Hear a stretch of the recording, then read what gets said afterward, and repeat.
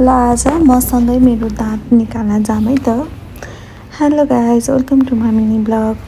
आज चाहिँ मेरो डेन्टल अपोइन्टमेन्ट थियो। मेरो चाहिँ दाँत किराले खाएको थियो, त्यही भएर चाहिँ म चाहिँ मेरो दाँत निकाल्नको लागि चाहिँ हस्पिटल जानको लागि रेडी भएँ। अनि दाइले चाहिँ मलाई लिन आउनुभयो अनि हामी चाहिँ रेडी भएर हस्पिटलतिर गयौँ। पोखराको साथीहरूले त यो बाटो सबै चिन्नुभयो होला के होइन। अनि यो चाहिँ महेन्द्र पुल हो।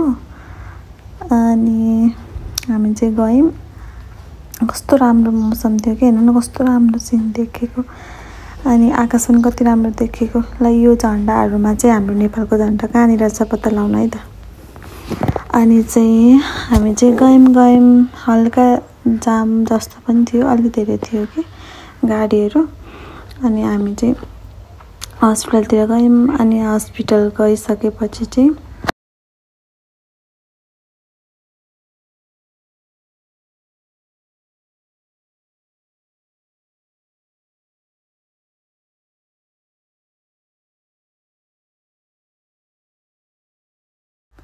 हस्पिटल पनि आउन लाग्यो। हामी चाहिँ फिस्टल हस्पिटल जान गएका थियौँ। अनि किनभने चाहिँ फिस्टल हस्पिटलमा पनि मेरो दिदीले त्यहीँ जब गर्नुहुन्छ नि त, त्यही भएर त्यहीँ सजिलो हुन्छ भनेर चाहिँ हामी त्यहाँ गयौँ।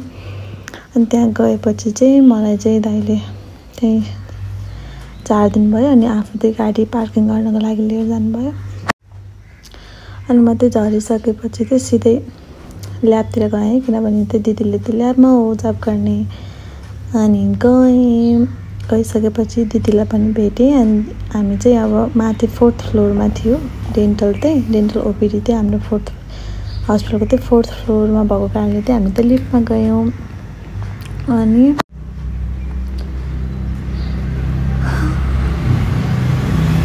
कस्तो बोल्नै भएको छैन साथीहरू। अझै पनि कस्तो त्यो सुई लगाएको हुन्छ नि त, त्यो इन्जेक्सनले गर्दाखेरि कस्तो पुरै मुख नै कस्तो जम्मा बनाउँदो रहेछ कि। अनि हामी चाहिँ त्यहाँ पुग्यौँ।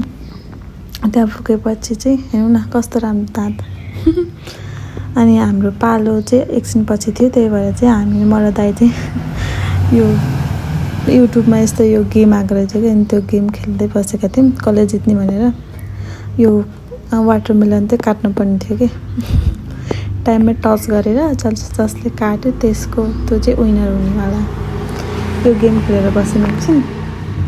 अनि एकछिनपछि चाहिँ हाम्रो पालो आयो। अनि पालो आएपछि मेरो चाहिँ दाँत सफा पनि गर्नुपर्ने रहेछ।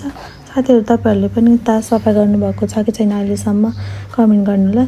बेला बेलामा चाहिँ हामी दाँतहरू पनि सफा गर्नुपर्ने हुन्छ। त्यसपछि चाहिँ यो चाहिँ मेरो चाहिँ दाँत सफा गरेको वाला। अनि यसमा चाहिँ अनि यो चाहिँ दाँत निकाल्न लगाएको वाला। कस्तो गाह्रो हुने रहेछ। यो चाहिँ मेरो निकालेको दाँत न कस्तो चुच्चो भएर बसेको। यो दाँतले मलाई यति दुःख दियो नि, डल्ला खा। अनि हामी चाहिँ दाँत निकाल्यौँ। अनि त्यसपछि अब दाइको पनि दाँत निकाल्ने भन्नुभएको थियो। दाइको त अझ दाँत फोड्ने पनि थियो, त्यही भएर चाहिँ एकछिन बसेर अनि दाइको पालो कोर्यौँ। अनि हेर्नु न मलाई कस्तो गर्न पनि राम्रो मिलेकै छैन। म चाहिँ हाम्रो दाइ हुनुहुन्छ, उही बक्सिन्छ। अनि डक्टरले चाहिँ मेडिसिनहरू लेखिदिनु भयो। अनि यो मेडिसिन चाहिँ 5 दिनसम्म मेडिसिन खाने भन्नुभयो। अनि फाइनली दाइको पालो आयो। दाइ चाहिँ मजाले सुत्नु। अनि यहाँ चाहिँ मेरो ब्लगमा चाहिँ सपोर्ट गर्नको लागि दाइले केही भनिरहनु भएको छ, तर त्यो चाहिँ रेकर्ड भएन छ। त्यसपछि चाहिँ दाइको पालो आयो। दाइको पालो आइसकेपछि चाहिँ दाइको पनि मजाले दाँत सफा गर्ने, भोर्ने, निकाल्ने सब काम चाहिँ सुरु भयो। अनि उहाँ चाहिँ डक्टरहरू हुनुहुन्छ। उहाँ चाहिँ एकदम दुईजना डक्टरहरू मजाले बोल्ने, मजाले कम्युनिकेट गर्ने हुनुहुँदो रहेछ होइन। दुईजना एकदमै फ्रेन्डली हुनुहुँदो रहेछ। कस्तो पहिलोचोटि गएको जस्तो फिलै भएन कि। पहिले गएको पेसेन्टलाई फेरि हामी फलोअपमा बोलाउँदाखेरि जस्तो रिलेसनसिप बिल्ड भइसकेको हुन्छ नि, त्यस्तो थियो कि उहाँहरू चाहिँ। यहाँ त दाइको दाँत फोड्ने कार्यक्रम भइरहेको छ। अनि दाइको पनि निकाल्यो। दाइको त अझ बिचारा मेरो त झन् एउटा मात्रै हो नि त। दाइको त एउटा निकाल्ने, 3टा भोड्ने, सफा गर्ने गाह्रो हुन्छ। अझ अरू पार्टको भन्दा डेन्टल यो तितको चाहिँ त हजुर।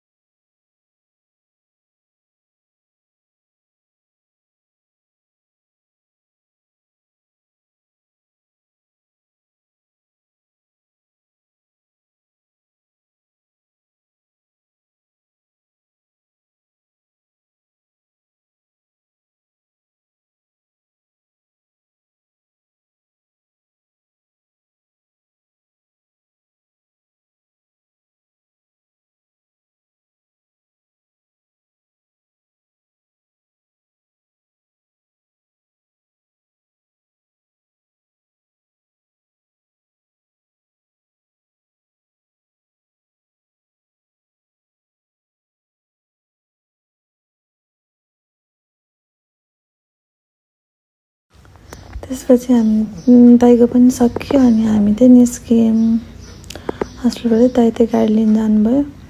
मेरो चाहिँ त्यहाँ एउटा दराजबाट चाहिँ एउटा सामान आउन थियो, कलाको चाहिँ। त्यही भएर चाहिँ म एकछिन चाहिँ अगाडि नै उभिएँ। एकछिनपछि त्यो सामान पनि आयो।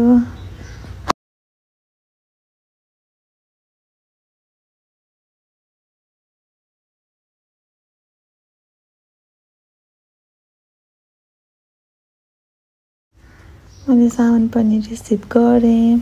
के रहेछ भने चाहिँ म पछि देखाउँछु ल गाइज। अनि हामी चाहिँ घरतिर लाग्यौँ। फर्किँदा यस्तो हाँसेर आएको मान्छे जाने बेलामा त बोल्न पनि भएको थिएन। अनि हामी त छिटो गयौँ। 2जना नै पीडित छौँ गाइज हामी अहिले। यो चाहिँ म पढेको स्कुल हो है साथीहरू। कुन स्कुल हो पोखरामा बस्नेहरूले चाहिँ पत्ता लगाउनु है त, कमेन्ट गर्नु है त। अनि यो ठाउँलाई चाहिँ मैले भनिदिएँ साथीहरू। त्यो स्कुलको नाम चाहिँ भद्रकाली स्कुल हो है साथीहरू। अनि तल चाहिँ बाँझापाटन हो। हाम्रो घर चाहिँ बाँझापाटन पर्छ। हामी चाहिँ गयौँ।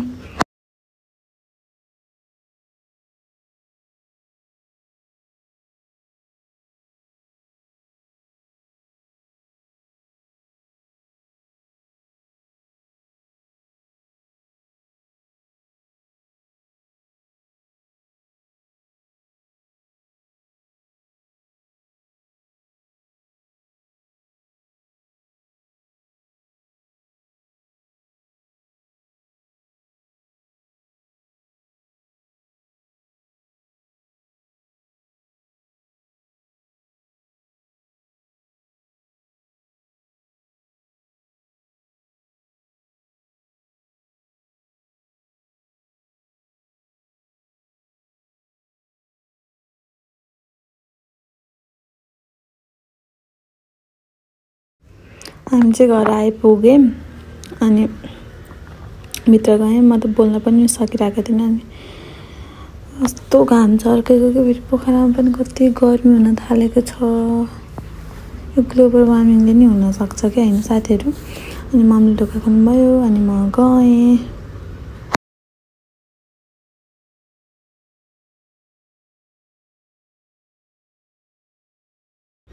म चाहिँ भित्र गएर गर्ने कोसिस गरिरहेको थिएँ। मुख खोल्ने कस्तो सुन्नेको थियो कि मेरो एकपट्टिको गाला नै कस्तो पुक्क भएको थियो। म चाहिँ त्यो छान्दै दाँत हेर्दै बसिरहेको थिएँ।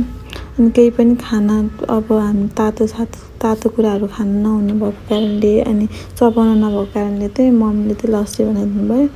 लस्सी र अनि वाटरमेलन चाहिँ खाएँ। त्यति हो आजको blog. Thank you for watching.